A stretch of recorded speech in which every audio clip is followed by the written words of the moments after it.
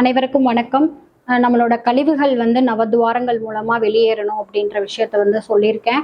So sugar பேஷண்ட்டுக்கு பார்த்தீங்கன்னா, அந்த கழிவுகள் எல்லாம் வந்து பார்த்தீங்கன்னா, கால்ல வந்து அதிகப்படியான தேக்கம் இருக்கும்போது, நல்லா வந்து கால் வந்து நம்னஸ்ல இருக்கு, மேம் ரொம்ப எரிச்சலா இருக்கு. அது மாரி பார்த்தீங்கன்னா, பித்த நீர் அதிகமா இருக்கும்போது, ஒரு சிலருக்கு அந்த முட்டுகள்லயும் சரி, கால் பாதங்கள்லயும் வந்து கழிவுகள் வந்து நெறையா வந்து தேங்கி இருக்கும்.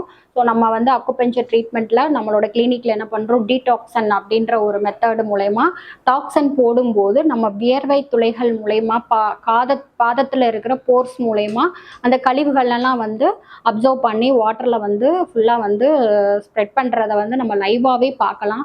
இப்போ ஒருத்தருக்கு வந்து ஆல்கஹால் அதிகமா வந்து இன்டேக் எடுத்திருக்காங்க அப்படின்னா, அந்த ஆல்கஹால் வந்து உடம்புல வந்து அந்த டாக்ஸன் மூலயமா வெளியே வர்றதையும் பார்த்துக்கலாம். யூட்ரஸ் ப்ராப்ளம் லேடிஸ்க்கு இருக்கு, இல்லை கிட்னி ஸ்டோன் இருக்கு, கேல்பேடர் ஸ்டோன் இருக்கு அப்படின்றவங்களுக்கு எல்லாருக்குமே பார்த்தீங்கன்னா, அந்த உறுப்புகளுக்கு வெளியே இருக்கிற கழிவுகள் எல்லாமே லைவாவே நம்ம டீடாக்சன் மூலயமா நம்ம வெளியே எடுக்கிறோம். தேங்க்யூ.